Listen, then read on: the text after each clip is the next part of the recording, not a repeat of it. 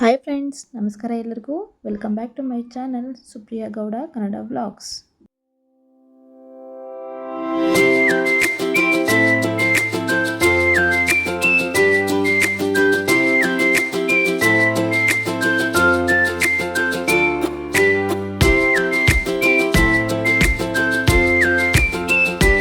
ಇವತ್ತಿನ ವಿಡಿಯೋದಲ್ಲಿ ನಾವು ಎಗ್ ಬಿರಿಯಾನಿ ಹೇಗೆ ಮಾಡೋದು ಅಂತ ನೋಡೋಣ.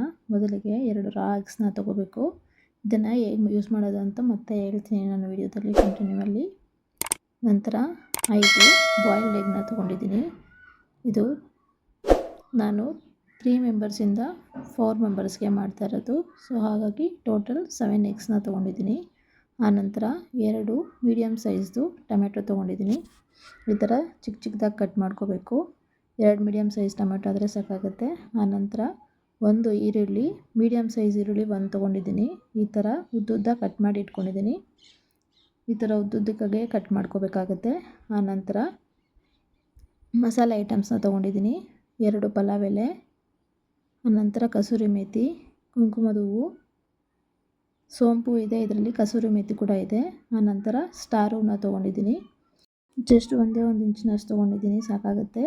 ಆನಂತರ ಲವಂಗ ಒಂದು 7ರಿಂದ 8 ಲವಂಗ ತೊಗೊಂಡಿದ್ದೀನಿ.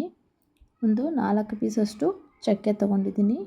4 ಪೀಸ್ ಚಕ್ಕೆ ಸಾಕಾಗುತ್ತೆ. ಆನಂತರ ಒಂಚೂರು ಜೀರಿಗೆ ತೊಗೊಂಡಿದ್ದೀನಿ. ಪಲಾವ್ ಎಲೆ 2 ಸಾಕಾಗುತ್ತೆ, ನೀವು ಬೇಕು ಅಂದರೆ ಎಕ್ಸ್ಟ್ರಾ ಹಾಕ್ಕೋಬೋದು. ಇಷ್ಟು ಇಂಗ್ರೀಡಿಯೆಂಟ್ಸ್ನ ಆಯಿಲ್ಗೆ ಹಾಕಬೇಕು ಸ್ಟಾರ್ಟಿಂಗಲ್ಲಿ. ಇದು ಬಂದು ಮೊಸರು ಒಂದು 2 ಟೀ ಸ್ಪೂನಷ್ಟು ತೊಗೊಂಡಿದ್ದೀನಿ. 2 ಸ್ಪೂನ್ ಆದರೆ ಸಾಕಾಗುತ್ತೆ. ಇದು ಶುಂಠಿ ಬೆಳ್ಳುಳ್ಳಿ ಪೇಸ್ಟ್ ಸ್ವಲ್ಪನೇ ತೊಗೊಂಡಿದ್ದೀನಿ. ಮಿಕ್ಸಿ ಜಾರ್ಗೆ ನಾವು ಶುಂಠಿ ಬೆಳ್ಳುಳ್ಳಿ ಪೇಸ್ಟ್ ಹಾಕ್ಕೋಬೇಕಾಗುತ್ತೆ. ಸೊ ಹಾಗಾಗಿ ಸ್ವಲ್ಪ ತೊಗೊಂಡಿದ್ದೀನಿ. ನಂತರ ಒಂಚೂರು ಕೊತ್ತಂಬರಿ ಮತ್ತು ಪುದೀನ ಸ್ವಲ್ಪ ತೊಗೊಂಡಿದ್ದೀನಿ. ಇದು ಕೊನೆಯಲ್ಲಿ ಹಾಕ್ಕೋಬೇಕಾಗುತ್ತೆ. ಈಗ ಮಿಕ್ಸಿಗೆ ಏನೇನು ಹಾಕ್ಕೋಬೇಕು ಅಂತ ನೋಡೋಣ. ಮೊದಲಿಗೆ ಕೊಬ್ಬರಿ ತೊಗೊಂಡಿದ್ದೀನಿ. ಇದು ಹಸಿ ಕೊಬ್ಬರಿ. ಇದ್ರ ಜೊತೆಗೆ ಬೆಳ್ಳುಳ್ಳಿ ಬೇಕಾಗುತ್ತೆ. ಬೆಳ್ಳುಳ್ಳಿ ಒಂದು ಚಿಕ್ಕ ಸೈಜ್ ಬೆಳ್ಳುಳ್ಳಿ ತೊಗೊಂಡಿದ್ದೀನಿ. ನಂತರ 1 ಇಂಚಷ್ಟು ಶುಂಠಿ ತೊಗೊಂಡಿದ್ದೀನಿ. 1 ಹಿಡಿಯಷ್ಟು ಕೊತ್ತಂಬರಿ ಸೊಪ್ಪು, 1 ಹಿಡಿಯಷ್ಟು ಪುದೀನ ಸೊಪ್ಪು. ಈಗ ಇದನ್ನೆಲ್ಲ ಮಿಕ್ಸಿ ಜಾರ್ಗೆ ಹಾಕ್ಕೊಂಬರ್ಬೇಕು. ಆನಂತರ ಪುಡಿಗಳು ಏನೇನು ಬೇಕು ಅಂತ ನೋಡೋಣ. ಇದು ಬಂದು ಚಿಕನ್ ಮಸಾಲ, ಗರಂ ಮಸಾಲ, ಧನಿಯಾ ಪುಡಿ, ಹಾಗೆಯೇ ಸ್ವಲ್ಪ ಖಾರದ ಪುಡಿ, ಬಿರಿಯಾನಿ ಪೌಡರ್ ಇದೆ. ಈ 5 ಇಂಗ್ರೀಡಿಯೆಂಟ್ಸ್ ಕೂಡ ಬೇಕಾಗುತ್ತೆ. ಈಗ ಮಿಕ್ಸಿ ಜಾರ್ಗೆ ಹಾಕ್ಕೊಳ್ಳೋಣ. ಮೊದಲಿಗೆ ಪುದೀನ, ಕೊತ್ತಂಬರಿ ಸೊಪ್ಪು, ನಾವು ತೊಗೊಂಡಿರೋಂಥ ಶುಂಠಿ, ಹಾಗೆಯೇ ಬೆಳ್ಳುಳ್ಳಿ ಇಷ್ಟನ್ನು ಹಾಕ್ಕೊಂಡು ನುಣ್ಣಗೆ ಗ್ರೈಂಡ್ ಮಾಡ್ಕೋಬೇಕಾಗತ್ತೆ. ನೋಡ್ತಾ ಇರ್ಬೋದು, ಬೆಳ್ಳುಳ್ಳಿ ಹಸಿ ಕೊಬ್ಬರಿ ಇರೋದ್ರಿಂದ ಸ್ವಲ್ಪ ಜಾಸ್ತಿ ಹೊತ್ತೆ ಗ್ರೈಂಡ್ ಮಾಡ್ಕೋಬೇಕಾಗತ್ತೆ. ಅದು ಬಾಯಿಗೆ ಸಿಕ್ಕಿದ್ರೆ ಚೆನ್ನಾಗಿರೋದಿಲ್ಲ. ಸೊ ಹಾಗಾಗಿ ತುಂಬ ಚೆನ್ನಾಗಿ ನುಣ್ಣಗೆ ಸ್ವಲ್ಪ ನೀರು ಹಾಕ್ಕೊಂಡು ರುಬ್ಕೋಬೇಕಾಗತ್ತೆ. ಈಗ ಇದಕ್ಕೆ ಹಸಿಮೆಣ್ಸಿನ್ಕಾಯಿ ಬೇಕಾದರೂ ಹಾಕ್ಕೋಬೋದು, ಬಟ್ ನಮ್ಮನೇಲಿ ಹಸಿಮೆಣ್ಸಿನ್ಕಾಯಿ ಅಷ್ಟೊಂದು ತಿನ್ನೋದಿಲ್ಲ. ಸೊ ಹಾಗಾಗಿ ನಾನು ಸ್ಕಿಪ್ ಮಾಡಿದ್ದೀನಿ. ಅದ್ರ ಜೊತೆಗೆ ಖಾರದ ಪುಡಿನ ಹಾಕ್ಕೋತೀನಿ ಅದರ ಬದಲು. ಸೊ ನೋಡ್ಬೋದು, ನಾನೀಗ ರುಬ್ಕೊಂಡು ಬಂದಿದ್ದೀನಿ ನೀಟಾಗಿ. ಈಗ ಒಂದು 3/4 kgಯಷ್ಟು ರೈಸ್ ತೊಗೊಂಡಿದ್ದೀನಿ. ಹಾಫ್ ಕೆ ಜಿಯಿಂದ 3/4 kg ಇದೆ ಇದು ರೈಸು. ಒಂದು ಮೊಸರು ಅಕ್ಕಿ ತೊಗೊಂಡಿದ್ದೀನಿ.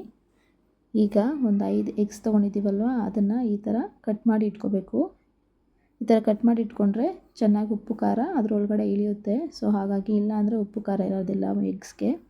ಸೊ ಈ ಥರ ಮಾಡಿಕೊಂಡು ಇಟ್ಕೊಳ್ಳೋದ್ರಿಂದ ಉಪ್ಪು ಖಾರ ಚೆನ್ನಾಗಿರುತ್ತೆ. ಆಗಲೇ ಆಯಿಲ್ ಮರ್ತಿದ್ದೆ ತೋರಿಸೋದು, ಸೊ ಅದಕ್ಕೆ ತೋರಿಸ್ತಾ ಇದ್ದೀನಿ. ಈಗ ಗ್ಯಾಸ್ ಹಚ್ಚಿ ಒಂದು ಕುಕ್ಕರ್ನ ಇಟ್ಕೊಂಡಿದ್ದೀನಿ. ಇದಕ್ಕೆ ಒಂದು 2 ಟೇಬಲ್ ಸ್ಪೂನಷ್ಟು ಆಯಿಲ್ ಹಾಕ್ಕೋಬೇಕಾಗತ್ತೆ. ಮೊದಲಿಗೆ ಆಯಿಲ್ ಹಾಕ್ಕೊಂಡು ಈಗ ಮೊದಲಿಗೆ ನಾವು ರಾ ಎಗ್ಸ್ ತೊಗೊಂಡಿದ್ವಲ್ಲ, ಆ ಎಗ್ಸ್ನ ಒಡೆದು ಹಾಕ್ಕೋಬೇಕು. ಈ ರೀತಿ ಯಾರೂ ಮಾಡೋದಿಲ್ಲ ಸಾಮಾನ್ಯವಾಗಿ. ಈ ಥರ ಒಂದ್ಸಲ ಟ್ರೈ ಮಾಡಿ ನೋಡಿ, ಟೇಸ್ಟ್ ತುಂಬಾ ಚೆನ್ನಾಗಿರುತ್ತೆ. ಈ ರೀತಿ ಏನು ಆಮ್ಲೆಟ್ ಥರ ಹಾಕ್ಕೊಂಡು ಅದನ್ನು ಪುಡಿ ಮಾಡಿ ನಾವೇನು ಎತ್ತಿಟ್ಕೊಳ್ತೀವಿ, ಇದೇ ಒಂದು ಎಕ್ಸ್ಟ್ರಾ ಟೇಸ್ಟ್ ಅಂತಲೇ ಹೇಳ್ಬೋದು ಎಗ್ ಬಿರಿಯಾನಿಗೆ. ನಾವು ನಾರ್ಮಲಾಗಿ ಚಿಕನ್ ಬಿರಿಯಾನಿ ಮಾಡ್ತಾ ಇರ್ತೀವಲ್ಲ, ಅಷ್ಟೇ ಚೆನ್ನಾಗಿರುತ್ತೆ ಈ ಎಗ್ ಬಿರಿಯಾನಿ ಕೂಡ. ನಾರ್ಮಲಾಗಿ ಮನೇಲಿ ನಾವು ಚಿಕನ್ ಬಿರಿಯಾನಿ ಮಾಡ್ತೀವಿ, ಮಟನ್ ಬಿರಿಯಾನಿ ಮಾಡ್ತೀವಿ, ಫ್ರಾನ್ಸ್ ಬಿರಿಯಾನಿ ಮಾಡ್ತೀವಿ. ಎಗ್ ಬಿರಿಯಾನಿ ಯಾರೂ ಮಾಡೋದಿಲ್ಲ, ಸ್ವಲ್ಪ ರೇರಾಗಿ ಟ್ರೈ ಮಾಡ್ತಾರೆ. ಸೊ ಹಾಗಾಗಿ ಈ ಥರ ಆಮ್ಲೆಟ್ ಥರನೇ, ಸೇಮ್ ಆಮ್ಲೆಟ್ ಏನು ಮಾಡ್ಕೋತೀವಿ ಆ ಥರನೇ, ಬಟ್ ಇದನ್ನು ಸ್ವಲ್ಪ ಪುಡಿಯಾಗಿ ಮಾಡ್ಕೋಬೇಕು. ನೋಡಿ, ಈಗ ಆಮ್ಲೆಟ್ ಆಗಿದ ತಕ್ಷಣ ಇದಕ್ಕೆ ಸ್ವಲ್ಪ ಖಾರದ ಪುಡಿ ಹಾಕ್ಕೋಬೇಕು, ಹಾಗೆಯೇ ಸ್ವಲ್ಪ ಉಪ್ಪು ಹಾಕ್ಕೋಬೇಕು. ಖಾರದ ಪುಡಿ ಉಪ್ಪು 2 ಹಾಕ್ಕೊಂಡಿದ ನಂತರ ಇದು ಸ್ವಲ್ಪ ಬೇಯಬೇಕು. ಬೇಯ್ದಾದ ನಂತರ ಇದನ್ನು ನಾವು ಪುಡಿಯಾಗಿ ಬರುತ್ತೆ ಅದನ್ನು ತೆಗೆದು ಒಂದು ಸೈಡ್ಗೆ ಎತ್ತಿಟ್ಕೋಬೇಕು. ನೋಡಿ, ನಾನು ತೆಗಿತಾ ಇದ್ದೀನಿ, ನೋಡ್ತಾ ಇದ್ದೀನಿ. ತೆಗೆದು ಸೈಡ್ ಇಟ್ಟಿಟ್ಕೊಂಡು ಆದ ನಂತರ ಯಾವಾಗ ಹಾಕಬೇಕು ಅಂತ ನಾನು ಹೇಳ್ತೀನಿ ನಿಮಗೆ. ಈ ಥರ ಬರುತ್ತೆ. ನಮ್ಮ ಚಾನಲ್ನ ಯಾರ್ಯಾರು ಮೊದಲನೇ ಸರಿ ನೋಡ್ತಾ ಇದ್ದೀರಾ ದಯವಿಟ್ಟು ಸಬ್ಸ್ಕ್ರೈಬ್ ಮಾಡ್ಕೊಂಡು ನೋಡಿ. ಹಾಗೆಯೇ ಇನ್ನೂ ಒಳ್ಳೊಳ್ಳೆ ವೀಡಿಯೋಸ್ ನಮ್ಮ ಚಾನಲಲ್ಲಿ ಬರ್ತಾ ಇರುತ್ತೆ, ನೋಡ್ತಾ ಇರಿ. ಲೈಕ್ ಮಾಡಿ, ಶೇರ್ ಮಾಡಿ, ಹಾಗೆಯೇ ಕಮೆಂಟ್ ಮಾಡಿ. ನಿಮ್ಗೆ ಯಾವ ಥರ ವೀಡಿಯೋಸ್ ಬೇಕಾಗುತ್ತೆ ಅನ್ನೋದನ್ನು ಕಮೆಂಟ್ ಮಾಡಿ ತಿಳಿಸಿ. ತಪ್ಪದೆ ನಾನು ಆ ವೀಡಿಯೋಗಳನ್ನ ಮಾಡೋಕ್ಕೆ ಟ್ರೈ ಎಲ್ಲ ಮಾಡ್ತೀನಿ. ನೋಡ್ತಾ ಇರ್ಬೋದು ಈ ಥರ. ಈಗ ಅದೇ ಕಡಾಯಿಗೆ, ಅದೇ ಕುಕ್ಕರ್ಗೆ ಆಯಿಲ್ ಸ್ವಲ್ಪ ಹಾಕ್ಕೋಬೇಕು. ಆಯಿಲ್ ಹಾಕ್ಕೊಂಡು ಎಗ್ ಬೇಯಿಸಿ ಇಟ್ಕೊಂಡಿರ್ತೀವಲ್ಲ ಆ ಎಗ್ನ ಹಾಕ್ತಾಯಿದ್ದೀನಿ.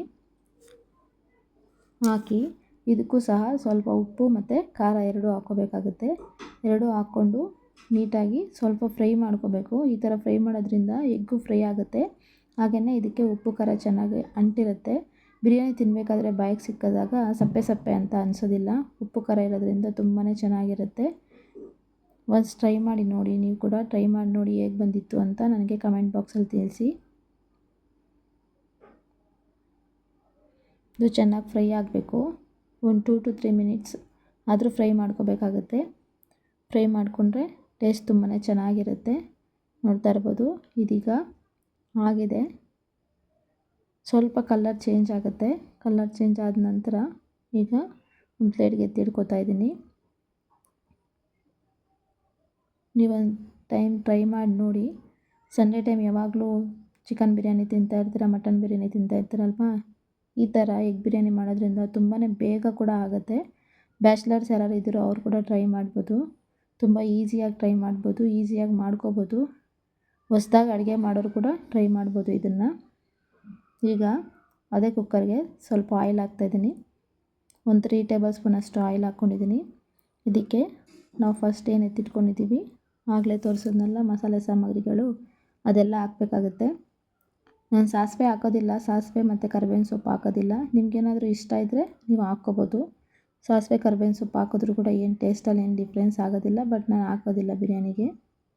ನೋಡಿ ಈ ಥರ ಗೋಲ್ಡನ್ ಕಲರ್ ಬರೋವರೆಗೂ ಸ್ವಲ್ಪ ಫ್ರೈ ಮಾಡ್ಕೋಬೇಕು. ಅದು ಸ್ಮೆಲ್ ಬರೋದು ಗೊತ್ತಾಗುತ್ತೆ ನಿಮಗೆ. ಆ ನಂತರ ಈರುಳ್ಳಿ ಹಾಕ್ಕೋಬೇಕು. ಈರುಳ್ಳಿ ಕೂಡ ಅಷ್ಟೇ ಸ್ವಲ್ಪ ಫ್ರೈ ಆಗಬೇಕು ಆಯಿಲಲ್ಲಿ.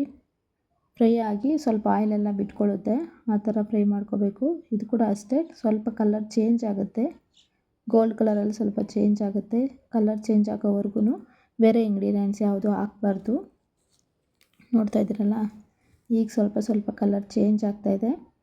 ಚೇಂಜ್ ಆದ ನಂತರ ಈಗ ನಾವು ಎತ್ತಿಟ್ಕೊಂಡಿರೋಂಥ ಶುಂಠಿ ಬೆಳ್ಳುಳ್ಳಿ ಪೇಸ್ಟ್ ತೊಗೋಬೇಕು. ಶುಂಠಿ ಬೆಳ್ಳುಳ್ಳಿ ಪೇಸ್ಟ್ ನಾನೊಂದು ಸ್ಪೂನಷ್ಟು ತೊಗೊಂಡಿದ್ದೀನಿ. ಯಾಕಂದರೆ ಮಿಕ್ಸಿಗೆ ಆಲ್ರೆಡಿ ಶುಂಠಿ ಬೆಳ್ಳುಳ್ಳಿ ಎರಡೂ ಹಾಕ್ಕೊಂಡಿದ್ದೀವಲ್ವ, ತುಂಬ ಹೆಚ್ಚಾಗಿ ಹಾಕ್ಬಿಟ್ರೆ ಅದೇ ಫ್ಲೇವರ್ ಆಗ್ತಾ ಇರುತ್ತೆ. ಸೊ ಹಾಗಾಗಿ ಸ್ವಲ್ಪನೇ ಹಾಕ್ಕೊಂಡಿದ್ದೀನಿ. ಈಗ ಇದೆಲ್ಲ ಸ್ವಲ್ಪ ಆಯಿಲ್ ಬಿಟ್ಕೋತಾ ಇದೆ ಅಲ್ವಾ, ನಿಮ್ಗೆ ಕಾಣಿಸ್ತಾ ಇರ್ಬೋದು ಸೈಡಲ್ಲೆಲ್ಲ. ನೋಡ್ತಾ ಇರ್ಬೋದು, ಇದನ್ನು ಕಲಿಸ್ತಾನೆ ಇರಬೇಕು, ಹಾಗೆ ಬಿಟ್ಟರೆ ತಳ ಅಂಟ್ಬಿಡುತ್ತೆ. ಈಗ ನೆಕ್ಸ್ಟು ಟೊಮೆಟೊ ತೊಗೊಂಡಿದ್ದೀನಿ. 2 ಮೀಡಿಯಮ್ ಸೈಜ್ ಟೊಮೆಟೊ ತೊಗೊಂಡಿದ್ದೀನಿ. ಈಗ ಟೊಮೆಟೊ ಕೂಡ ಅಷ್ಟೇ ತುಂಬ ಚೆನ್ನಾಗಿ ಫ್ರೈ ಮಾಡಬೇಕು. ಇದಕ್ಕೆ ಸ್ವಲ್ಪ ಉಪ್ಪು ಹಾಕಿ ಕ್ಲೋಸ್ ಮಾಡಿಬಿಟ್ರೆ, ಕ್ಲೋಸ್ ಮಾಡಿಬಿಟ್ರೆ ಸ್ವಲ್ಪ ಬೇಗ ಬೇಯುತ್ತೆ ಟೊಮೆಟೊ ಎಲ್ಲ ತುಂಬ ಸಾಫ್ಟಾಗಿ ಹಾಕಬೇಕು. ಟೊಮೆಟೊ ಈರುಳ್ಳಿ ಎಲ್ಲ ತುಂಬ ಸಾಫ್ಟಾಗಿ ಸುತ್ತು ಆಯಿಲ್ ಬಿಟ್ಕೋಬೇಕು. ನೋಡಿ ಈಗ ಸ್ವಲ್ಪ ಉಪ್ಪು ಹಾಕ್ತಾಯಿದ್ದೀನಿ. ಈ ಥರ ಉಪ್ಪು ಹಾಕೋದ್ರಿಂದ ಬೇಗನೆ ಬೇಯ್ಕೊಳ್ಳುತ್ತೆ ಟೊಮೆಟೊ. ಸೊ ಹಾಗಾಗಿ ಉಪ್ಪು ಹಾಕ್ತಾಯಿದ್ದೀನಿ. ಉಪ್ಪು ಹಾಕಿ ಬೇಗ ನೀರು ಕೂಡ ಬಿಟ್ಕೊಳ್ಳುತ್ತೆ. ಈಗ ಲಿಡ್ ಕ್ಲೋಸ್ ಮಾಡ್ತಾಯಿದ್ದೀನಿ. ಕ್ಲೋಸ್ ಮಾಡಿ ಒಂದು 2 ಮಿನಿಟ್ಸ್ ಬಿಟ್ಟರೆ ಸಾಕಾಗುತ್ತೆ. 1 to 2 ಮಿನಿಟ್ಸ್ ಬಿಟ್ಟರೆ ಸಾಕಾಗುತ್ತೆ. ನೋಡಿ ಈಗ ಚೆನ್ನಾಗಿ ಬೆಂದು ಆಯಿಲೆಲ್ಲ ಬಿಟ್ಕೊಂಡಿದೆ. ಈಗ ಆಯಿಲ್ ಬಿಟ್ಕೊಂಡಿದ್ದಾದ ನಂತರ ನೋಡಿ ಈಗ ಸಾಫ್ಟಾಗಿ ಆಗಿದೆ. ನಾನು ತೋರಿಸ್ತೀನಿ ನಿಮಗೆ. ನೋಡಿ ಈ ಥರ ಆಗಬೇಕು. ಈ ಥರ ಪ್ರೆಸ್ ಮಾಡಿದ್ರೆ ಅದು ಪ್ರೆಸ್ ಆಗಬೇಕು, ಸಾಫ್ಟಾಗಿರಬೇಕು. ಅರ್ಧಂಬರ್ಧ ಬೆಂದಿದ್ರೆ ಟೇಸ್ಟ್ ಅಂತೂ ಚೆನ್ನಾಗಿರೋದಿಲ್ಲ. ಸೊ ಹಾಗಾಗಿ ಸಾಫ್ಟಾಗಿ ಬೇಯಿಸ್ಕೋಬೇಕಾಗುತ್ತೆ. ಇದು ಸಾಫ್ಟಾಗಿ ಬೆಂದರೆ ಮಾತ್ರ ಟೇಸ್ಟ್ ತುಂಬ ಚೆನ್ನಾಗಿರುತ್ತೆ. ಅರ್ಧಂಬರ್ಧ ಬೇಯಿಸ್ಕೊಂಡು ನಾವು ಬೇರೆ ಇಂಗ್ರೀಡಿಯೆಂಟ್ಸ್ ಹಾಕ್ಕೊಂಬಿಟ್ರೆ ಅಷ್ಟೊಂದು ಟೇಸ್ಟ್ ಚೆನ್ನಾಗಿರೋದಿಲ್ಲ, ಬಾಯಿಗೆ ಸಿಗ್ತಾ ಇರುತ್ತೆ. ಇದು ಸಾಫ್ಟಾಗಿ ಬೆಂದರೆ ಮಾತ್ರ ಟೇಸ್ಟ್ ತುಂಬಾ ಚೆನ್ನಾಗಿರುತ್ತೆ. ಈಗ ನೆಕ್ಸ್ಟ್ ನಾವು ರುಬ್ಕೊಂಡಿರ್ತೀವಲ್ಲ, ಮಿಕ್ಸಿಗೆ ಹಾಕ್ಕೊಂಬಂದಿರ್ತೀವಲ್ವ, ಅದನ್ನು ಹಾಕಬೇಕಾಗತ್ತೆ. ನೋಡಿ ಇದನ್ನು ಅಷ್ಟೇ ತುಂಬ ತೆಳ್ಳಗೆ ರುಬ್ಕೋಬಾರ್ದು, ಹಾಗಂತ ತುಂಬ ಗಟ್ಟಿಯಾಗೂ ರುಬ್ಕೋಬಾರ್ದು. ಈಗ ಅದನ್ನು ಹಾಕ್ಕೊಂಡು ನೀಟಾಗಿ ಕಲಿಸ್ಕೋಬೇಕು. ನೋಡಿ ಇದು ಕೂಡ ಅಷ್ಟೇ ನೀಟಾಗಿ ಆಯಿಲ್ ಬಿಟ್ಕೋಬೇಕು. ಅದಾದ ನಂತರ ಮಿಕ್ಸಿ ಜಾರ್ಗೆ ಸ್ವಲ್ಪ ವಾಟರ್ ಹಾಕ್ಬಿಟ್ಟು ಅದನ್ನು ಕಲಸಿ ಹಾಕ್ತಾಯಿದ್ದೀನಿ. ಈ ಥರ ನೀಟಾಗಿ ಬೆಂದ್ಕೋಬೇಕು. ಇದು ಕೂಡ ಅಷ್ಟೇ ನೀಟಾಗಿ ಬೆಂದು ಸುತ್ತು ಆಯಿಲ್ ಬಿಟ್ಕೊಳ್ಳುತ್ತೆ, ಅಲ್ಲಿವರೆಗೂ ಸ್ವಲ್ಪ ಬೇಯಿಸ್ಕೋಬೇಕಾಗುತ್ತೆ. ಇದನ್ನು ನೋಡ್ತಾ ಇರ್ಬೋದು. ನಮ್ಮ ಚಾನಲ್ನ ಹೀಗೆ ನೋಡ್ತಾಯಿರಿ, ಸಪೋರ್ಟ್ ಮಾಡ್ತಾಯಿರಿ. ಯಾರ್ಯಾರೆಲ್ಲ ಸಬ್ಸ್ಕ್ರೈಬ್ ಮಾಡದೆ ನೋಡ್ತಾ ಇದ್ದೀರ ದಯವಿಟ್ಟು ಸಬ್ಸ್ಕ್ರೈಬ್ ಮಾಡ್ಕೊಂಡು ನೋಡಿ. ಹಾಗೆ ನಿಮ್ಮ ಫ್ರೆಂಡ್ಸ್ ಆ್ಯಂಡ್ ಫ್ಯಾಮ್ಲಿಗೆ ಶೇರ್ ಮಾಡಿ. ಈ ರೆಸಿಪಿ ನಿಮ್ಗೆ ಇಷ್ಟ ಆದರೆ ಒಂದು ಲೈಕ್ ಮಾಡೋದನ್ನು ಮಾತ್ರ ಮರಿಬೇಡಿ. ಹಾಗೆಯೇ ನಿಮ್ಗೆ ಇಷ್ಟ ಆದರೆ ಈ ಅಡುಗೆನೂ ಕೂಡ ಒಂದ್ಸಲಿ ಟ್ರೈ ಮಾಡಿ ನೋಡಿ, ತುಂಬಾ ಚೆನ್ನಾಗಿರುತ್ತೆ. ನೋಡ್ಬೋದು ಈಗ ಸುತ್ತು ಸ್ವಲ್ಪನೇ ಆಯಿಲ್ ಬಿಟ್ಕೊಳ್ಳೋದು ನಿಮಗೆ ಗೊತ್ತಾಗ್ತಾ ಇರ್ಬೋದು. ಆಯಿಲ್ ಬಿಟ್ಕೊಳ್ತಾ ಇದೆ, ಹಾಗೆಯೇ ಕುದೀತಾ ಇದೆ ಕೂಡ. ಈಗ ನೆಕ್ಸ್ಟ್ ಏನು ಮಾಡಬೇಕು ಅಂತ ನೋಡೋಣ. ನೋಡಿ ಯಾರ್ಯಾರೆಲ್ಲ ನನ್ನ ಚಾನಲ್ನಲ್ಲಿರೋ ವೀಡಿಯೋಸ್ ಇನ್ನೂ ನೋಡಿಲ್ಲ ದಯವಿಟ್ಟು ಹೋಗಿ ನೋಡಿ. ಒಳ್ಳೊಳ್ಳೆ ಟಿಪ್ಸ್ ಎಲ್ಲ ಇದೆ, ಏರ್ ಟಿಪ್ಸ್ ಇದೆ, ಬ್ಯೂಟಿ ಟಿಪ್ಸ್ ಎಲ್ಲ ಮಾಡ್ತಾಯಿರ್ತೀನಿ. ಈಗ ಪುಡಿಗಳೇನೇನು ತೊಗೊಂಡಿದ್ದೀವಿ ನಾವು ಆ ಪೌಡರ್ಸ್ನೆಲ್ಲ ಹಾಕ್ಕೋತಾ ಇದ್ದೀನಿ. ಇದಕ್ಕೆ ಅರಿಶಿನ ಬೇಕಾದರೂ ಹಾಕೋಬೋದು. ನಾನು ಇದೇ ಕಲರೇ ಸಾಕಾಗುತ್ತೆ, ಸೊ ಹಾಗಾಗಿ ನಾನು ಅರಿಶಿನ ಏನು ಯೂಸ್ ಮಾಡಿಲ್ಲ. ನೀವು ಬೇಕಂದರೆ ಹಾಕ್ಕೋಬೋದು. ಇದು ಕೂಡ ಅಷ್ಟೇ ಕ್ವಾಂಟಿಟಿ ನೋಡ್ಕೊಂಡು ತೊಗೋಬೇಕಾಗುತ್ತೆ. ತುಂಬ ಜಾಸ್ತಿ ಆದರೂ ಅದೇ ಫ್ಲೇವರೇ ಬರ್ತಾ ಇರುತ್ತೆ. ಸೊ ಹಾಗಾಗಿ ನಾನು ಬಿರಿಯಾನಿ ಪೌಡ್ರೆಲ್ಲ ಅಂಗಡಿಯಲ್ಲಿ ತೊಗೊಳ್ಳೋದೇ ತೊಗೊಂಡಿದ್ದೀನಿ. ಆಚೆ ಬಿರಿಯಾನಿ ಪೌಡರ್ ತೊಗೊಂಡಿದ್ದೀನಿ. ಚಿಕನ್ ಮಸಾಲ, ಗರಂ ಮಸಾಲ ಎಲ್ಲ ಅಂಗಡಿಯಲ್ಲೇ ತೊಗೊಂಡಿರೋದು, ಶಾಪಲ್ಲಿ ತೊಗೊಂಬಂದೆ ಹಾಕಿರೋದು. ನೋಡಿ ಇದನ್ನು ಅಷ್ಟೇ ನೀಟಾಗಿ ಕುದಿಬೇಕು. ಕುದ್ದಾದ ನಂತರ ನೆಕ್ಸ್ಟು ರೈಸ್ ಹಾಕ್ಕೋಬೇಕು. ಕೆಲವರು ಏನು ಮಾಡ್ತಾರೆ ಅಂದರೆ ಇದಕ್ಕೆ ವಾಟ್ರ್ ಹಾಕ್ಬಿಡ್ತಾರೆ. ವಾಟ್ರ್ ಚೆನ್ನಾಗಿ ಕುದ್ದಾದ ನಂತರ ಅಕ್ಕಿ ಹಾಕ್ತಾರೆ. ಆ ಥರ ಆಗೋದ್ರಿಂದ ರೈಸು ಪುಡಿಯಾಗಿ ಹಾಕೋದಿಲ್ಲ, ಉದುರಾಗಿ ಆಗೋದಿಲ್ಲ, ಒಂಥರ ಮುದ್ದೆ ಥರ ಅನಿಸ್ಬಿಡುತ್ತೆ. ಸೊ ಹಾಗಾಗಿ ಮೊದಲು ವಾಟರನ್ನು ಹಾಕಬೇಡಿ. ವಾಟರನ್ನು ಹಾಕದೆ ರೈಸನ್ನು ಹಾಕ್ಕೋಬೇಕಾಗತ್ತೆ. ನೋಡಿ ಈಗ ಮೊಸರು ಹಾಕ್ತಾಯಿದ್ದೀನಿ. 1-2 ಸ್ಪೂನಷ್ಟು ಮೊಸರು ತೊಗೊಂಡಿದ್ದೀನಿ. ನಿಮಗೆ ಮೊಸರು ಫ್ಲೇವರ್ ಇಷ್ಟ ಆದರೆ ಹಾಕ್ಕೋಬೋದು. ಇನ್ ಕೇಸ್ ನಿಮ್ಗೇನಾದರೂ ಮೊಸರು ಫ್ಲೇವರ್ ಇಷ್ಟ ಇಲ್ಲ ಅಂದರೆ ಇದನ್ನು ಸ್ಕಿಪ್ ಮಾಡ್ಕೋಬೋದು. ಚಿಕನ್ ಬಿರಿಯಾನಿ ಕೂಡ ನಾವು ಹಾಕ್ಕೋತೀವಿ ಇದನ್ನು. ಸೊ ಹಾಗಾಗಿ ನಾನು ಎಗ್ ಬಿರಿಯಾನಿ ಕೂಡ ಹಾಕ್ತೀನಿ. ತುಂಬ ಚೆನ್ನಾಗಿರುತ್ತೆ ಟೇಸ್ಟು. ನಿಮ್ಗೇನಾದರೂ ಮೊಸರು ಟೇಸ್ಟ್ ಇಷ್ಟ ಆಗಿಲ್ಲ ಅಂದರೆ ಸ್ಕಿಪ್ ಮಾಡ್ಬೋದು. ಕೆಲವ್ರಿಗೆ ಮೊಸರು ಮಜ್ಜಿಗೆ ಎಲ್ಲ ಇಷ್ಟ ಇರೋದಿಲ್ವಲ್ಲ, ಸೊ ಹಾಗಾಗಿ ನಿಮ್ಗೇನಾದರೂ ಇಷ್ಟ ಆಗಿಲ್ಲ ಅಂದರೆ ಸ್ಕಿಪ್ ಮಾಡ್ಕೋಬೋದು. ಮೊಸರು ಆದ ನಂತರ ತುಂಬ ಹೊತ್ತು ಕುದಿಯೋಕ್ಕೆ ಬಿಡಬಾರ್ದು, ಯಾಕಂದರೆ ಅದು ಕುದ್ದರೆ ಹಾಲು ಮೊಸರು ಒಡೆದಿರೋ ಥರ ಸ್ಮೆಲ್ ಬರುತ್ತೆ. ಸೊ ಹಾಗಾಗಿ ಅದನ್ನು ಹಾಕಿದ ನೆಕ್ಸ್ಟ್ ಹಿಂದೆಯೇ ನಾವು ರೈಸ್ನ ಏನು ತೊಗೊಂಡಿದ್ದೀವಿ ಇದನ್ನು 2-3 ಸಲ ತೊಳೆದು ಎತ್ತಿಟ್ಕೋಬೇಕಾಗತ್ತೆ. ಒಂದು 5 ನಿಮಿಷ ನೆನೆಸಿದ್ರೂ ಕೂಡ ತುಂಬ ಚೆನ್ನಾಗಿ ಉದುರಾಗಿ ಆಗುತ್ತೆ ಅನ್ನ. ಸೊ ಹಾಗಾಗಿ ನಾವು ಯಾವಾಗ ಗ್ಯಾಸ್ ಹಚ್ತೀವೋ ಅದಕ್ಕೆ ಆವಾಗ ತೊಳೆದು ನೆನೆಸಿದ್ರೆ ಸಾಕಾಗುತ್ತೆ. ಅಕ್ಕಿ ಮುಂಚೆನೇ ತೊಳೆದಿಟ್ಕೋಬೇಕು ಅಂತಲೇ ಏನಿಲ್ಲ. ಮುಂದೆ ಜಾಸ್ತಿ ನೆನೆಸಿದ್ರೂ ಕೂಡ ಅಷ್ಟೇ ತುಂಬ ಚೆನ್ನಾಗಿರೋದಿಲ್ಲ. ಸೊ ಹಾಗಾಗಿ ನಾವೇನು ಯಾವಾಗ ಗ್ಯಾಸ್ ಹಚ್ತೀವೋ ಇದೆಲ್ಲ ಏನು ಪ್ರೋಸೆಸ್ ಇದೆ ಇದೆಲ್ಲ ಮುಗಿಯೋ ಅಷ್ಟರಲ್ಲಿ ಅದು ಕರೆಕ್ಟ್ ಕ್ವಾಂಟಿಟಿಯಲ್ಲಿ ಇರುತ್ತೆ. ಸೊ ನೋಡ್ತಾ ಇರ್ಬೋದು, ಈ ಥರ ರೈಸ್ ಹಾಕಿ ನಂತರ ಚೆನ್ನಾಗಿ ಮಾಡ್ಕೋಬೇಕು. ಅಕ್ಕಿ ಆಗಿದ ತಕ್ಷಣವೇ ವಾಟ್ರ್ ಹಾಕಬಾರ್ದು.